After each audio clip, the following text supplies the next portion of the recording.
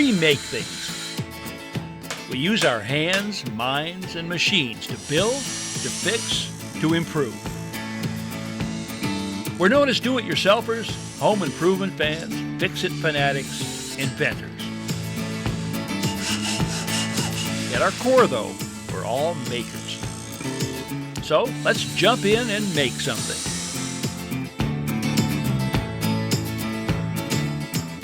Hi, I'm Ron Hazelton. Welcome to the show. Today I'm going to use the newest tool in my shop, a 3D printer, to make a wall shelf. We're going to see up close and personal just how these amazing machines work and what they're capable of. Next, we'll replace an overhead fluorescent light fixture. Perhaps not the most exotic DIY project, but always a good skill set to have in our home improvement repertoire. Finally, we'll add a pickled whitewash finish to a small corner cabinet. A nice antique look that adds interest and color while allowing interesting wood grain to show through. My daughter has asked me for a special display shelf for her ever-growing doll collection here. Now, there are a number of ways that I could do this, but for this project, I'm going to take a very special approach. I'm going to be using the newest tool in my workshop, a 3D printer, this one from MakerBot. 3D printers like the one I'm going to use create objects by precisely depositing layers of melted plastic, one on top of another. In much the same way, this hot melt glue gun might add one layer of molten material on the layer below. Now, this is the raw material that the 3D printer is going to be using. It's a plastic filament. The filament comes preloaded on spools in a wide variety of colors. The spool is set into the 3D printer, and the filament is fed through a guide and into the print head.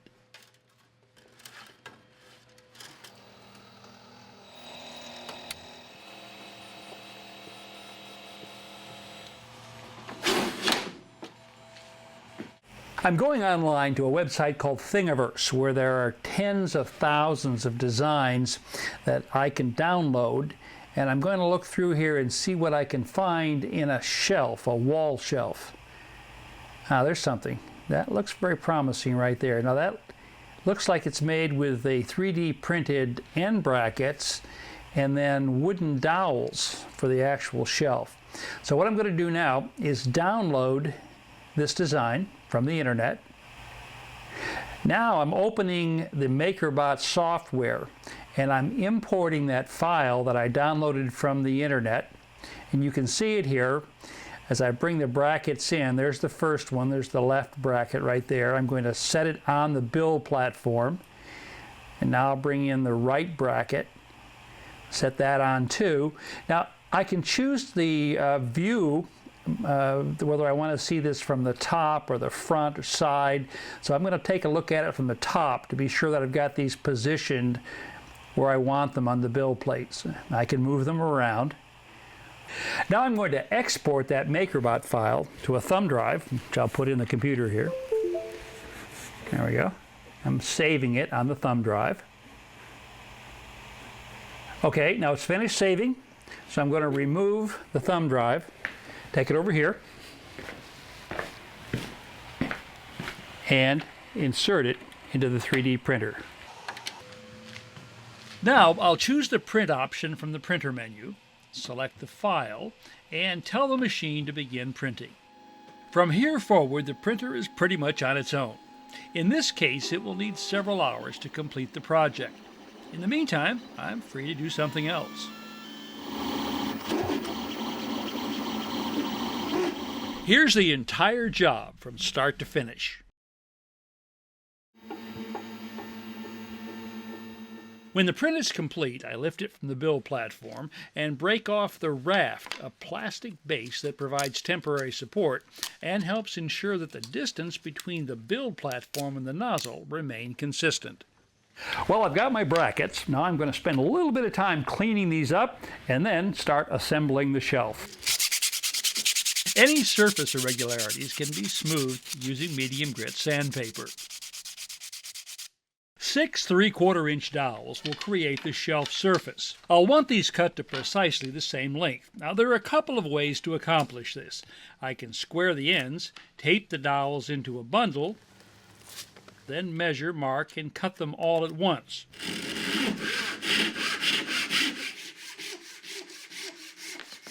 Or I can get the same result with my power miter saw by attaching a temporary stop and cutting each dowel individually. I'm going to test assemble the unit by first tapping the dowels into one bracket.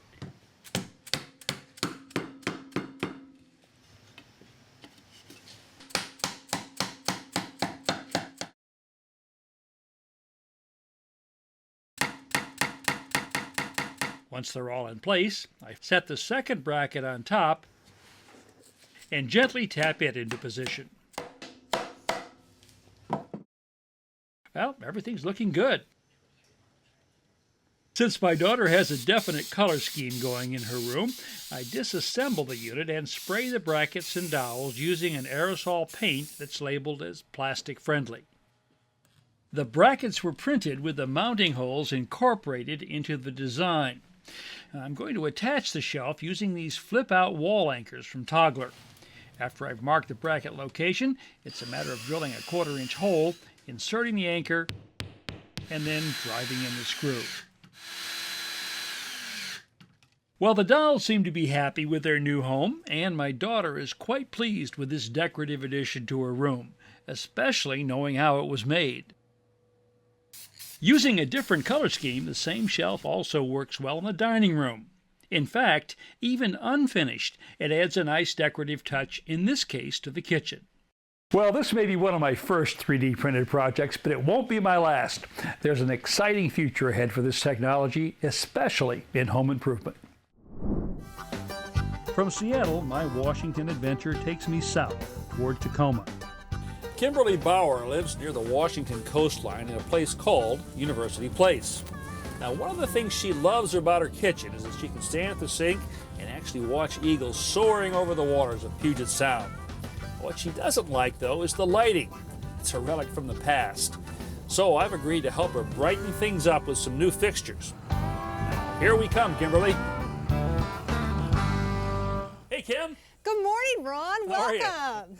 Oh, what a nice sign. Thank you so Thank much for you. that. You know, I couldn't help but notice driving up here, the views are spectacular from up here. Come on in, let me show you. Yeah, you got more?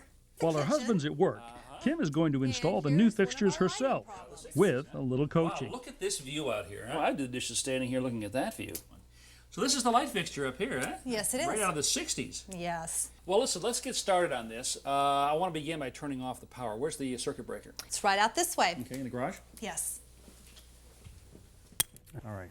Okay, the power's off. Just take one step up on the ladder here, and I want you to unscrew that center nut right there, the round one. Just reach up with your fingers. There you go. Is it loose? Mm-hmm. Now, see those two red wire nuts? Yep. Ease those out. Kim unscrews the wire nuts, which secure the wires in the fixture to the household wiring coming out of the ceiling. All right, and then just pull that fixture right down. There you go.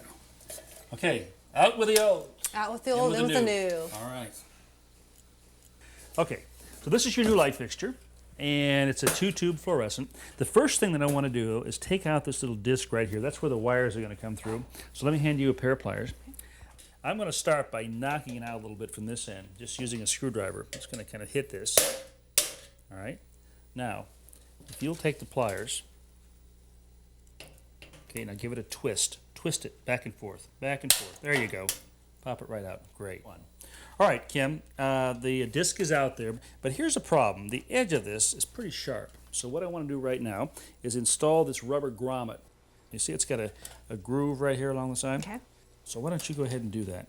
The grommet protects the wire's insulation from fraying on the sharp edges, one of the most common causes of short circuits and a potential fire hazard. All right, now, again, Kim, take one step up and feed those wires right through the grommet. This is just temporary for now, but I want to position this. Next, Kim and I position the fixture on the ceiling. Mark right there. Put the edge of the fixture right on that. Okay. Now I'm going to take an awl, and there are 2 holes here to screw this up. Let's make one mark right here. We use an awl to mark the ceiling through the fixture's mounting holes. This is where we're supposed to drill holes for toggle bolts. But something isn't quite right. Yeah. All right. Well, we got a problem up here. This is an acoustical tile ceiling. I thought it was glued right onto the wall board. Turns out it's not. There's a space up here of almost 6 or 7 inches from the acoustical tile to the floorboards in the attic. You can see it right there. So there's no way I can use a toggle bolt to attach the fixture here. What I'm going to have to do is find some wood up here. Now when they put this ceiling up, they actually put up furring strips, pieces of 1x2 like this, on top of the ceiling joists. There's going to be one at every joint right here.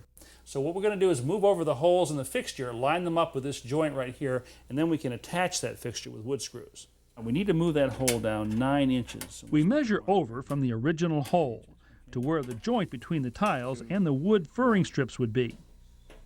I use a spring-loaded center punch to create a starter hole. Then I turn the power tools over to Kim to drill new mounting holes in the fixture. Finally, we're ready to attach the fixture to the furring strips. Over there, on that mark again. I'll drill the first screw in and then give Kim a shot. I'll hold this for you. Now it's time to do some wiring. We have to reconnect the fixture wires to the wires coming out of the ceiling. So Kim, the wiring in this is pretty simple. We've got a black wire and a white wire. We just want to twist together the wires of a light color. Now these two, we'll start with these 2 white ones right here. Now if you'll take one of those wire nuts, there you go. Watching Kim work, I just couldn't help but ask about her nail polish. That is Husky Purple. As in the team. University of Washington Husky football team, yes. I was in the Husky marching band for 3 No years. kidding. Performing in a marching band is a lot tougher than this job, so I knew Kim would be Bend just those back up, fine. if you would. Okay, now I want you to kind of push the wires up. Just bend them like that. With the wiring out of the way, we're ready to install the frame. It's going to go around the fixture up here. We'll just slip it right over. Okay, and then there are a couple of screws. We'll go right at the end here. Now we can snap in the cover that conceals the wiring and ballast. You notice there's some tabs on the back side here? That's right, just engage that one. Good. And then come around to the front side and snap it in. Kim was impressed by the fact that these fluorescent fixtures not only provide more light, but consume less electricity and last longer than her old incandescent bulbs. Okay. And when we install this diffuser, it'll cast a much softer light than typical fluorescents. There we go. One down and one to go. Looks good. I think you can do this one yourself. I think I can too. Okay, let me watch. Okay, let's go for it. A short time later, Kim had removed and replaced the second fixture as well. The before and after shots of her handiwork show what a difference good lighting can make. You did a great job over here. I hereby dub the Master Apprentice Electrician. Thank you very much for your help, Ron. You're very welcome. You know, I love to always stand back and look at our work, but I gotta say, if I had a choice between our work and the view out there, that's a tough one. Now this is a new unfinished pine corner cabinet, and rather than paint or stain it a solid color, I want to put a pickled whitewash finish on here. The wood and grain underneath will actually show through a bit. It's easy to do. Here's how. First, I'll remove the doors and then get ready to do some sanding. This is a quarter sheet of 120 grit sandpaper that I'm folding into thirds. Notice how the sandpaper holds its shape this way and allows me to apply pressure evenly as I move it back and forth in the direction of the wood grain. The folded pad conforms easily to the rounded edges, yet works equally well on the flat panel faces. To sand the bevels on the edge of the raised panels, I wrap the paper around a piece of scrap wood.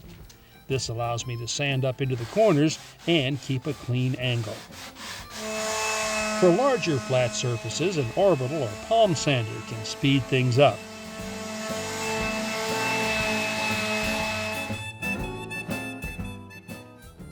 Now I'm going to be staining this piece and not painting it. And sometimes when you stain a soft wood like this pine, the finish can appear blotchy.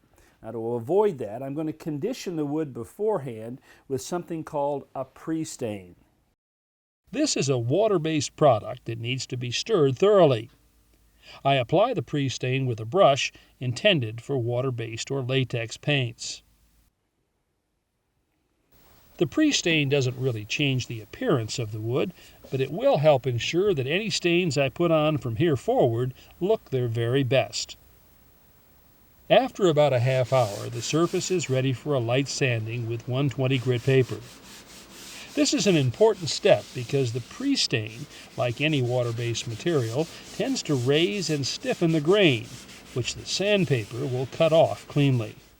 This is a whitewash pickling stain designed to impart color to the wood but not obscure the grain and character. It produces a less formal, country appearance, but at the same time looks sophisticated. I apply the pickling stain with a brush. Then, using a piece of cotton cloth folded into a pad, I wipe the surface, always moving in the direction of the grain. The greater the pressure I apply, the more of the stain I remove, and the more of the wood below shows through.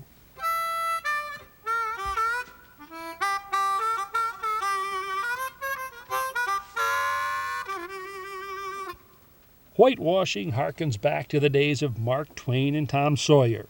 It's an easy finish to apply and can be very effective when it comes to blending varying background wood colors. Plus, it's a good bit of fun.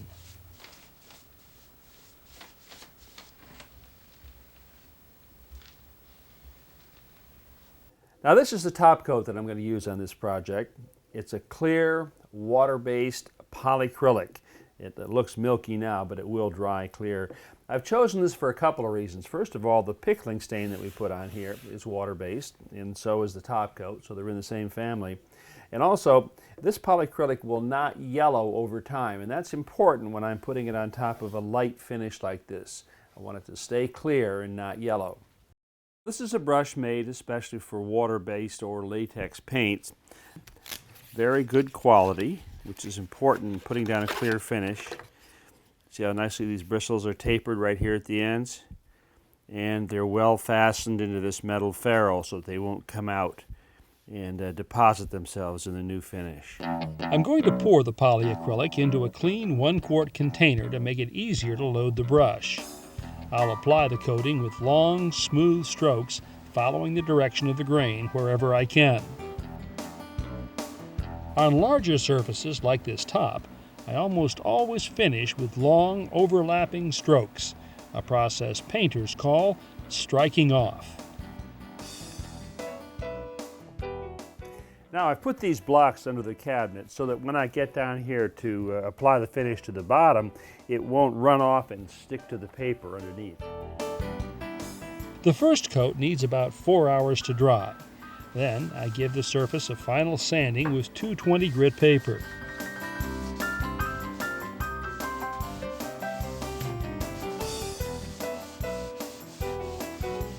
This sticky tack cloth is ideal for removing the powdery residue left by the sanding.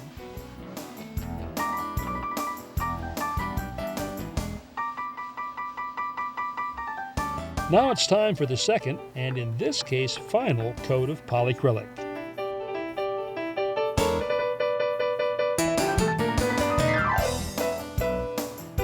After everything dries thoroughly, I reinstall the doors and take the cabinet inside. To view today's projects again and countless more, go to HouseCallsDIY.com. Step-by-step home improvement tips when you need them. I'm Brian Kelsey. Welcome to House Calls. Join us as we tackle some great home projects, as well as look back at favorites from Ron Hazelton on House Calls.